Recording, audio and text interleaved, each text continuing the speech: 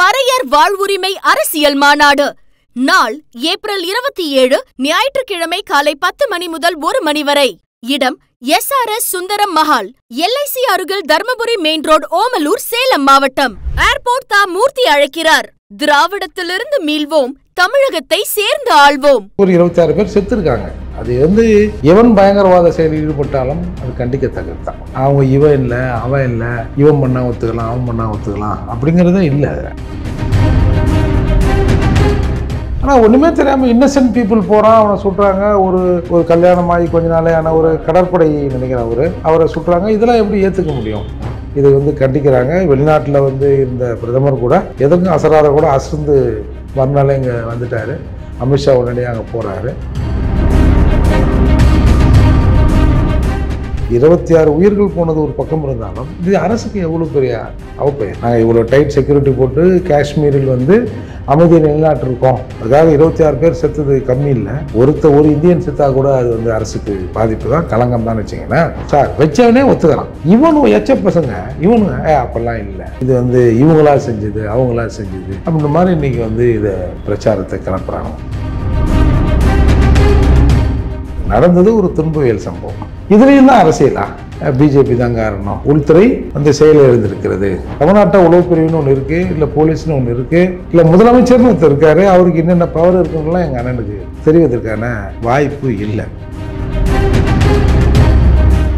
இதெல்லாம் very cheapest politics. ஒருத்தனோட மரணத்தில் அரசியல் பண்றது மாதிரி கேவலமான வேலை எங்கேயுமே கிடையாது. அது திராவிட அரசியலில் அடிப்படை அரசியல ஒருத்தன் மரணத்தில் அரசியல் பண்றது தான்.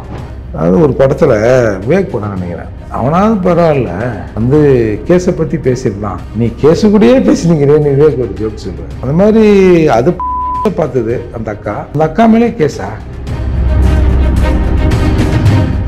இவர்கள் வாடகை வாய்கள் எதற்கெடுத்தாலும் பிஜேபி இல்லை, ஏன் நீ இப்படி இருக்கிற, ஏன் நீ இங்கே இருக்கிற, ஐயோ நான் இங்கே இல்லைன்னா பிஜேபி இந்த வழியாக உள்ளே வந்துடும். முன்னாடி கூட்டியும் கொடுப்போம், காட்டியும் கொடுப்போம் அப்படிலாம் சொல்லுவாங்க. ஆனால் இப்போ உண்மையிலே அதெல்லாம் செஞ்சுன்னு இருக்கிற மாதிரி தோணும்.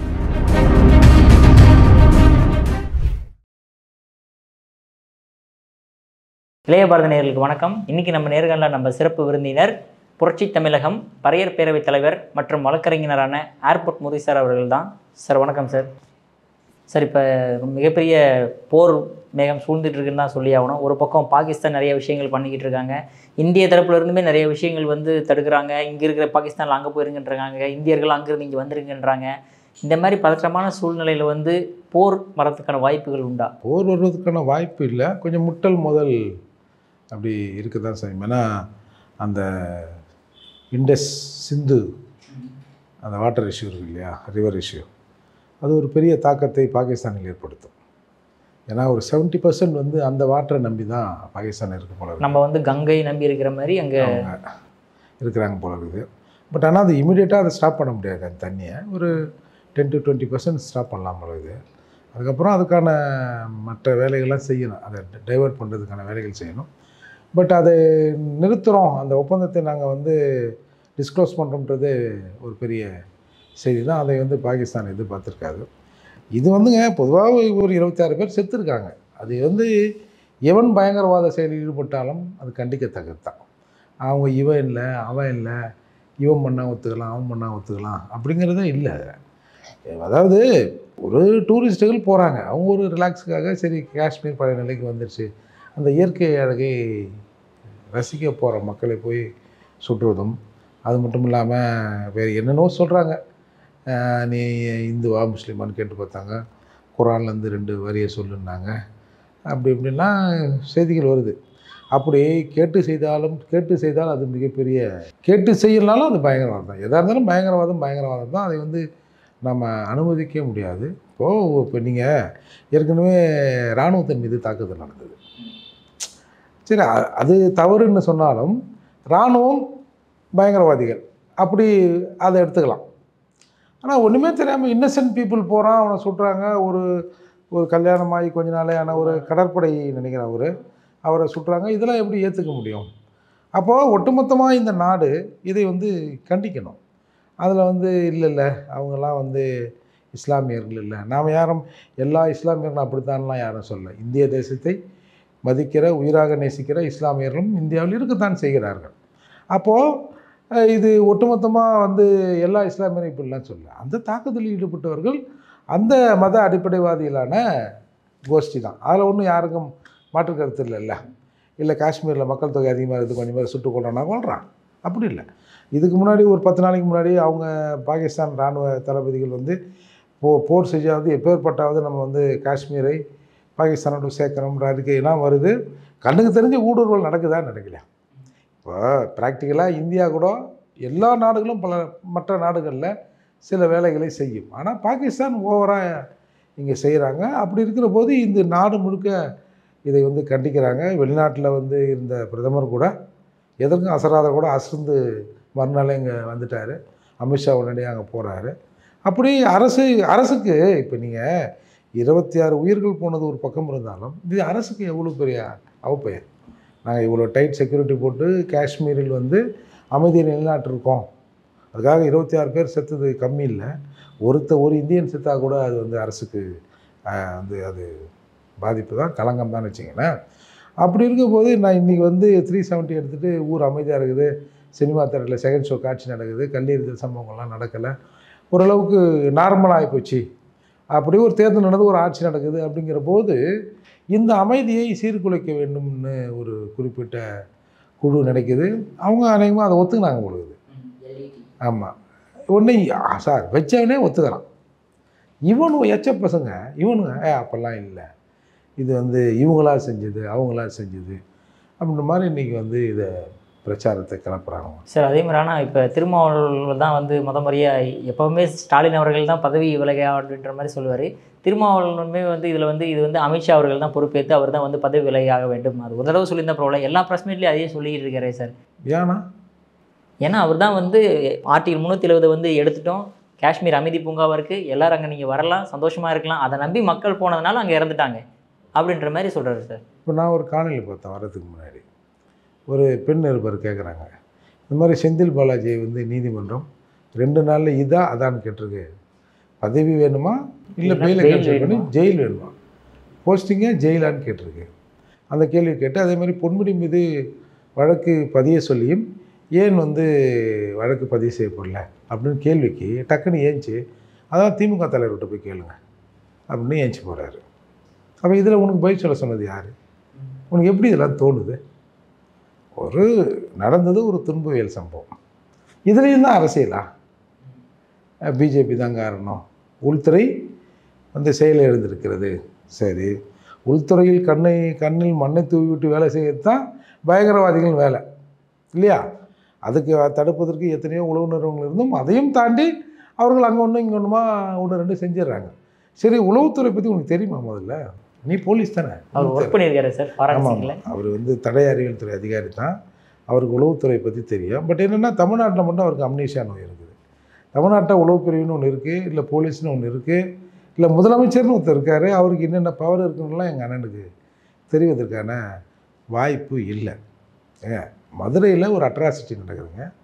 ஒரு காவலர், ஒரு பிரச்சனை, சண்டை, பறையர்களுக்கும் இன்னொரு சமூகத்தில் சேர்ந்த ஒரு சிலருக்கும் சண்டை. அதில் பாதிக்கப்பட்ட தரப்பிலிருந்து ஒரு முதியவரை கொண்டு போய் வச்சுறாங்க. ஊரே கூடி நின்று பிரச்சனை பண்ணுது. மேலூர் என் தொகுதி, மேலூரில் என்னை மீறி எவனும் கால் வைக்க முடியாது, அப்படி எவனாவது கால் வச்சான்னா அந்த நாயை செருப்பால் அடித்து விரட்டுங்க, அந்த நாய் என்ன என்னைய சொன்னியே. அந்த மேலூரில் இவ்வளோ பிரச்சனை நடக்குது. மேலூர் எங்கள் சொந்த மண், அந்த மண்டையில் இருக்கிற மண்ணா என்னன்னு தெரியல, எங்கள் சொந்த மண் அப்படி இப்படின்னு சொல்கிறாங்கல்ல, அந்த ஊரில் அந்த பிரச்சனை நடந்து கொண்டு இருக்கிறது. அதை பற்றி ஒருத்தரும் பேசாமல் இவர் எங்கேயோ போய் ஆந்திராவில் போய் இந்த வகுப்பு அந்த சட்ட திருத்தத்தை வாபஸ் வாங்க சொல்லி ஆர்ப்பாட்டம். ஆந்திராவில் போய் பண்ணுறாங்க. ஆமாம், அங்கே போய் இருக்கிறாரு, ஆர்ப்பாட்டம் பண்ணுறாரு, கத்துறாரு, அதை வாங்கு இதை வாங்கு, வாங்கின காசுக்கு மேலே கூறியான்றான் கீழே ஒருத்தன். அதனால் இதெல்லாம் வெரி சீப்பஸ்ட்டு பாலிட்டிக்ஸ். அதாவது ஒருத்தனோட மரணத்தில் அரசியல் பண்ணுறது மாதிரி கேவலமான வேலை எங்கேயுமே கிடையாது. அது வந்து திராவிட அரசியலில் அடிப்படை அரசியலை ஒருத்தன் மரணத்தில் அரசியல் பண்ணுறது தான். நீங்கள் இந்த பாரதி ராஜா படம் ஒன்று பார்த்துருப்பீங்க, என்னுயிர் தோழன்.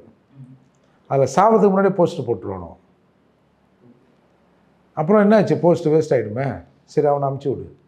இது உண்மையில் இங்கே இருக்கிற ஒரு திராவிட கட்சியில் ஒரு சம்பவம் நடந்ததாக சொல்லப்பட்ட உண்மை கதையை ஒட்டி எடுக்கப்பட்ட படம் அது. அப்படி தான் இவங்க இருப்பாங்க. எல்லாத்துலேயும் அரசியலாக தான் பார்ப்பாங்க. ஒரு 10-50 பேர் செத்துட்டான்னா, ஐயோ அவன் என்ன கட்சி சார், அவங்களாம் வேறு கட்சி சார், செத்தானவங்களா, ஒரு 50 ஓட்டு அவங்களுக்கு குறைஞ்சிதா, சந்தோஷம். எப்பா செத்தது யார் சார், நம்மளாங்க சார் 30, ஐயோ 30 ஓட்டா போச்சா நமது அப்படின்னு எல்லாத்தையும் ஓட்டாக பார்க்குற ஈனப்பிறவிகள் தான் இந்த தாக்குதல் சம்பவத்தில் சார். அப்படியே இவங்க சொல்கிறது உண்மைன்னா கூட சார், அப்படி கூட நம்ம பேசுவோம். ஒரு உண்மைன்னா கூட இது இன்வெஸ்டிகேஷனாக நடந்த பிறகு தானே வரும். சுட்றான் இன்னும் அந்த இறுதி சடங்கு அவன் சாவை கூட எடுக்கலை, அந்த பாடியை கூட அங்கேருந்து அப்புறப்படுத்தலை. அதுக்குள்ளே உனக்கு எப்படி தெரிஞ்சுது இது பிஜேபி தான் செஞ்சுது அப்படின்னு எப்படி தெரியுது? அப்போது உங்களுக்கும் அவளுக்கும் நேரடி தொடர்பு இருக்கா? நீ நடந்தவனே என்ன மாப்பிள்ள நீங்கள் தான் பண்ணீங்களா? இல்லை மச்சான் நான் பண்ணல அப்படின்னு அவங்க சொல்லிட்டாங்களா? என்னது இது? அப்போது பாருங்கள் எப்படி, அதாவது இந்த தமிழ்நாட்டோட அரசியல் எவ்வளோ கேவலமாக போகுது பாருங்கள். எனக்கு தெரிஞ்சு இப்போ இந்தியாவுக்குள்ளே பல மாநிலங்களுக்கு எந்த மாநிலத்தையும் இந்த மாதிரி ஒரு அலிகேஷனை சொன்னதாக நான் கேள்விப்படல. நானும் பல இங்கிலீஷ் சேனலு அந்த ஆந்திரா, கர்நாடகா, அந்த சேனல் இந்த சேனல் எல்லா சேனலும் திருப்பி பார்க்குறோம். சரி, இந்த அலிகேஷனில் ஏதாவது 1% உண்மை இருக்குமோ, மற்ற ஸ்டேட்டில் இது நடக்கும், இது இந்த மாதிரி பேச்சு வருதோ அப்படின்னு பார்த்தா எங்கேயுமே வரல சார். அப்போ இந்த ஈன ஜென்மங்கள் இங்கே தானே இருக்குது. அதை நினச்சி தான் நம்ம வருத்தப்படணும். இவ்வளவு கேவலமாக தமிழ்நாடு அரசியல் மாறி போச்சு சார். அதேமாதிரி நீங்கள் சொன்ன மாதிரி இப்போ சுந்தரவல்லின்றவங்க பாஜகவினர் எல்லாருமே அவங்க மேலே கேஸை கொடுத்துட்ருக்காங்க. அதாவது இந்த கேஸுக்கே சார் சொல்லுங்க. அதான் சார், அவங்க மேலே கேஸ் கொடுத்துட்ருக்காங்க. அதாவது இந்த மாதிரி பாஜகவினர் தான் இராணுவத்தை சொல்லி இவங்க இது பண்ணிட்டாங்க அப்படின்ற மாதிரி இராணுவ வீரர்களையும் கொச்சைப்படுத்தி பேசுகிற விஷயமா பார்க்கப்படுது. நீங்கள் எப்படி பார்க்குறீங்க? அதாவது ஒரு படத்தில் விவேக் பண்ண நினைக்கிறேன், அவனாவது பரவாயில்ல கேஸை பற்றி பேசிடலாம், நீ கேஸு கூடயே பேசினீங்கிறேன்னு விவேக் ஒரு ஜோக் சொல்லுவார். அந்த மாதிரி அது பார்த்தது அந்த அக்கா மேலே கேஸா? நீ என்னடா தடி, சீமான் வீட்டு முன்னாடி ஆர்ப்பாட்டம் பண்ணாங்க. அப்போ அவங்க கொடி கிடி கம்பு வச்சுருந்தாங்கல்ல, இது என்னடா தடி, இதை விட பெரிய தடியெலாம் நான் பார்த்துருக்குறேன் அப்படிலாம் அவங்க சொன்னாங்க. அதனால் இது என்ன பெரிய கேஸு, இதை விட பெரிய கேஸு, அதெல்லாம் எல்லாத்தையும் அவங்க பார்ப்பாங்க. அவங்களுக்கு காலையில் ஏஞ்சா பிஜேபியை 4 திட்டணும், மோடியை 4 கழுவி ஊற்றணும். அப்போ தான் 100 டோக்கன் விழும், 100 மீட்ரு விழும் அப்படின்னு. They are paid servants. அவங்களுக்கு என்ன நடக்குதோ எது நடக்குதோ, வீட்டில் பால் திஞ்சு போயிட்டோட மோடி தான் காரணம். அந்த கேஸில் கொஞ்சம் பவர் கூட்டியிருக்காரு பொழுது. நான் 10 நிமிஷத்தில் பால் கொதிக்க நினச்சேன், இது 8 நிமிஷத்தில் கொச்சி தீஞ்சு போச்சு, மோடி தான் திட்டமிட்டு என் வீட்டுக்கு அந்த சிலிண்டர் அனுப்பிச்சார் அப்படின்னு சொன்னால் கூட நம்ம ஆச்சரியப்படுறதுக்கு இல்லை. அதால் இவர்கள் வாடகை வாய்கள் எதற்கெடுத்தாலும் பிஜேபி இல்லை, ஏன் நீ இப்படி இருக்கிற, ஏன் நீ இங்கே இருக்கிற, ஐயோ நான் இங்கே இல்லைன்னா பிஜேபி இந்த வழியாக உள்ளே வந்துடும், என்னம்மா இது கக்கூசாச்சும்மா, இல்லை அதெல்லாம் விட முடியாது அப்படின்னு அது அவங்களுக்கு கொடுக்கப்பட்டிருக்கிற அஜெண்டா. இல்லை சார், இவங்க மேலே அப்படி கேஸ் கொடுக்கப்பட்டாலுமே இன்னுமுமே அவங்க நடவடிக்கை எடுக்கலை. இருந்தாலுமே அவங்க இன்னுமே அதே மாதிரி தான் பேசிட்டு வந்துகிட்டே இருக்காங்க. சென்ட்ரல் கவர்மெண்ட் நீதிமன்றம் சொல்லுது இணையா கேஸ் போட்டிங்களா இல்லையான்னு, சுப்ரீம் கோர்ட் சொல்லுது, அதுதான் மெயின். சுப்ரீம் கோர்ட் சொல்லி, ஹைகோர்ட் சொல்லி, அதுக்கே கேஸ் போடலையே, போலீஸ் போய் சொல்லுதா? ஏன்னா போலீஸ் என்ன அதில் விளக்கம் கொடுத்தாங்க தெரியுமா அரசு தரப்பில் இருந்து? இது 40 வருஷத்துக்கு முன்னாடி பேசுனது, பழைய கதை. இது ஒன்று இப்போ அது அரங்கத்துக்குள்ளே பேசுனது, அவங்களுக்குள்ளாவே பேசிக்கினாங்க. அதால் இது வழக்கு போடுகிற சட்டப்பிரிவின் கீழ் இந்த அக்கரன்ஸ் வரலை அப்படிலாம் புது உருட்டெலாம் உருட்டாங்க. நீதிபதி அதெல்லாம் ஒத்துக்கல. என்ன எல்லாரையும் வச்சு நீங்கள் பேசுகிறீங்க, இந்த மாதிரி பேசுகிறீங்க, ஒரு மதத்தை இழிவுபடுத்தி ஒரு பெண்ணை கம்பேர் பண்ணி அந்த சும்மா அதை டிஸ்கஸ் பண்ணுறது. நான் கொஞ்சம் பச்சையாக பேசுவேன், நானே கூசலாம் அதை பேசுறதுக்கு. அப்படி பேசிட்டு ஒன்றுமே நடக்காத மாதிரி இன்னைக்கு இருக்கிறாங்க இல்லையா? அதால் இப்போ இவங்க நினச்சா தானே சார் கேஸ் போட முடியும். நீங்கள் இந்த முக்தார்னு ஒரு பையன், எல்லோரும் பேசுகிறவங்கெல்லாம் கேஸ் போடுறாங்க. ஆனால் அவர் மீது கேஸ் போட சொல்லி நீதிமன்றங்கள் அணுகியும் அவர் மேலே இன்னும் கேஸ் யாரும் போடல. லிஸ்ட்டு போடுறாங்க, பெண்களை பற்றி அந்த கொச்சையான வார்த்தையை சொல்லி லிஸ்ட்டு போடுறான். இப்போ இவனுங்க நம்ம நாட்டில் பல பேருக்கு வேலையை யார் எங்கே போகிறா, எத்தனை மணிக்கு வராங்க, எத்தனை மணிக்கு அவுட் ஆகுறாங்க, வெளியில் வராங்க அப்படின்னு பார்க்குறதுக்கு பல பேர் இன்றைக்கி திராவிடம் ரெடி பண்ணி வச்சுருக்காங்க. முன்னாடி கூட்டியும் கொடுப்போம், காட்டியும் கொடுப்போம் அப்படிலாம் சொல்லுவாங்க. ஆனால் இப்போ உண்மையிலே அதெல்லாம் செஞ்சுக்கின்னு இருக்கிற மாதிரி தோணுது. அதனால் இந்த சமூக பொதுவாக சார், இந்த அரசியலுக்கு ஒரு மாண்பு இருக்குல்ல, அந்த மாண்பை முதலில் அழிப்பது தான் இந்த திராவிடத்தின் வேலை.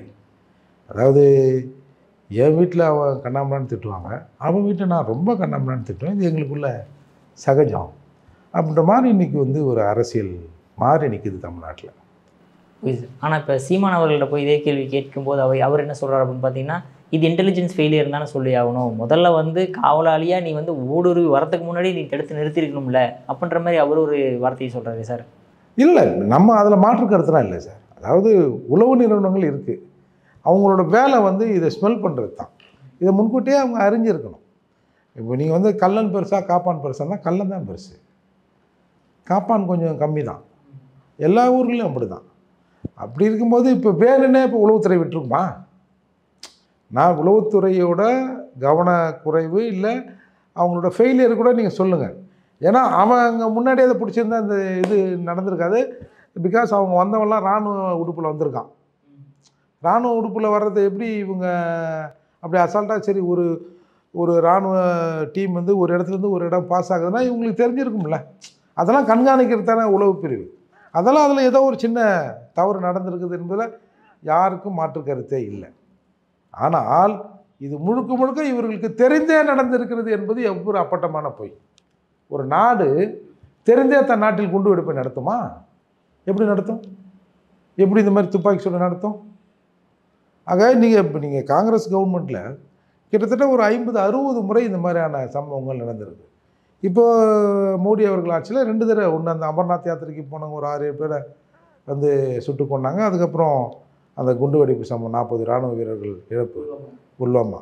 வேறு ஒன்றும் பெருசாக நடக்கலைன்னா அப்போ இவ்வளோ நாள் இன்டெலிஜென்ட் ஒழுங்காக தான் இருந்திருக்குது. ஏதோ ஒரு சின்ன ஒரு மிஸ்டேக் நடந்திருக்கலாம், ஒரு அஜாக்கிரதை இருந்திருக்கலாம். அதுக்கு நம்ம ஒட்டுமொத்தமாக சரி இப்போ கலைச்சிட்டு வேறு அமெரிக்காவிலேருந்து ஒரு ஐஎஸ், அது அமெரிக்காவிலேருந்து ஐஎஸ் ஏதோ சிஐஏவா, சிஐஏ கொண்டாந்து விட்டுடலாமா? விட்டுட்டு எல்லா கண்ட்ரோல் அங்கே வச்சுக்கலாமா? இந்தியாவில் இருக்கிற உளவுத்துறை ஃபெயிலியர் ஆகி போச்சு, அமெரிக்காவிலேருந்து கொண்டாந்து இருக்கிறோம். சுப்பிரமணிய சாமி சொல்லிட்டாராம் இதில் சுப்பிரமணிய சாமி இது இவா செஞ்சதாக கூட இருக்கலாம் அப்படின்னு சொல்லிட்டாரான். நேற்று வரைக்கும் சுப்பிரமணிய சாமி ஆர்எஸ்எஸ்காரன், அவன் அமெரிக்க உளவாளி அப்படிலாம் இங்கே பேசிட்டு அந்த ஆள் சொன்னதை ஆமாம் அவர் சுப்பிரமணிய சாமி சொன்னது கரெக்டு தான் அப்படின்னு திருமாவளவனே சொல்கிறார். ஒரு காவல்துறை அதிகாரி, உளவு நிறுவனங்களில் பணிபுரிந்த ஒரு அதிகாரி, ஒரு உளவாளி இப்படி சொல்லலாமா? போலீஸ் ஸ்பை இப்படி சொல்லலாமா? அவரே சொல்கிறாருன்னா அப்போ அரசியல் காழ்ப்புணர்ச்சி தராது. Okay sir. ஆனால் இப்போ எல்லாருமே சொல்கிறது என்ன, மதத்திற்கு அதாவது தீவிரவாதத்திற்கு ஒரு மதம் உண்டு அப்படின்ற மாதிரி, அதாவது இஸ்லாமியர்கள் எல்லாமே தீவிரவாதத்தில் தான் இருக்காங்க அப்படின்ற மாதிரி பாஜகவின் எல்லாருமே இஸ்லாமியில் குற்றச்சாட்டு வைக்கிறது எப்படி பார்க்குறீங்க? இல்லை, அது தவறு சார். அவர்களுக்கு இறை அச்சம் இருக்குது, மத நம்பிக்கை இருக்குது. இங்கே மத நம்பிக்கை இல்லைன்றதுக்காக மத நம்பிக்கை உள்ளவர்கள்லாம் தீவிரவாதிகளாக தான் இருக்கணுன்ற அவசியம்லாம் இல்லை. இப்போ நீங்கள் இந்த சம்பவம் நடந்தபோது கூட ஏதோ ஒரு இஸ்லாமியர் ஏதோ அவருக்கு பல உதவிகளை செஞ்சதாக பேப்பர்லாம் செய்தி நிறுவனங்களில் செய்தி வருதில்ல. அதால் சார் இப்போ ஒருத்தன் அடிபட்டு விடுறான்னு வச்சுங்க சார், நீங்கள் இந்துக்களை பொறுத்தவரை இல்லை இப்படி சொல்லுவோம், இஸ்லாமியர்களை தவிர்த்து ஒருத்தர் ரோட்டில் விழுந்தாங்க கூட திபுன்னு ஓடி போய் ஐயோ யாரோ ஒன்று தான் பார்ப்பாங்களே தவிர. ஆனால் இஸ்லாமியர் சிலர்கிட்ட ஒரு பழக்கம் இருக்குது. நீங்கள் பார்த்தீங்கன்னா இப்போ நம்ம ஒரு பொருள் வேணும், ஒரு பேனா வேணும், டப்புன்னு பக்கத்தில் இருக்கிற கடையில் போய் வாங்கிடுவோம். அந்த கடை ஓனர் யார், அதுக்கு பேர் என்ன, பேனாக்கு தான் கடை இல்லை, எவ்வளோங்க அப்படின்னு கேட்டு காசு கொடுத்துரும். ஆனால் எனக்கு தெரிஞ்சு பல இஸ்லாமியர்கள், குறிப்பாக இஸ்லாமியர்கள் நடத்துகிற கடைகள் மட்டும்தான் பொருட்களை வாங்குறவர்கள் இருக்கிறார்கள். தெரியல, அது அவங்க மதத்தில் அவங்க அந்த யூனிட்டியை காட்டுறாங்க. நம்மால் போய்கிட்டோம், இதில் ஒரு 10 ரூபா லாபம் வருதுன்னா அவன் போயிடுச்சு போட்டோம்.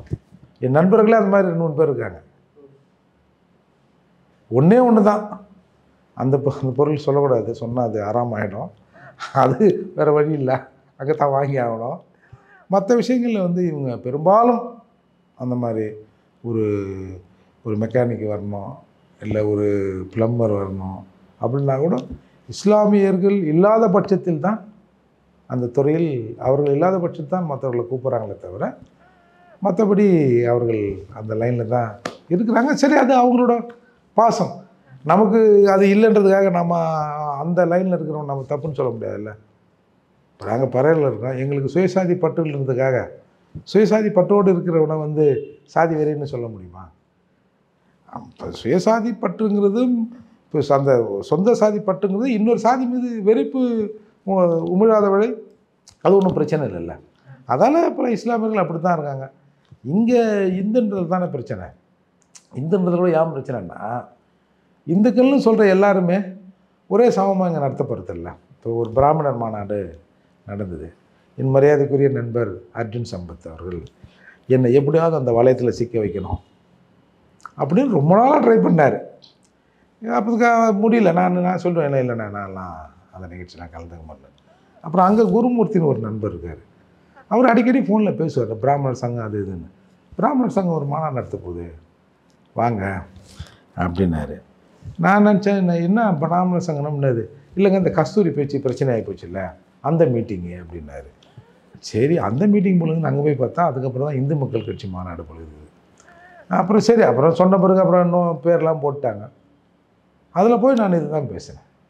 எல்லோரும் இந்துன்றீங்க, எங்களையும் இந்துன்றீங்க, ஆனால் நாங்கள் பாதிக்கப்படுகிற போது நீங்கள் வரமாட்டீங்களே, இது எப்படி இது உங்களுக்கு அதாவது இப்போ பாப்பானுக்கும் மூப்பான் பறையன் கேட்பார்ட்டு கீழ்சாதி. ஆனால் நாங்கள் இப்படி ஆகிட்டோம்.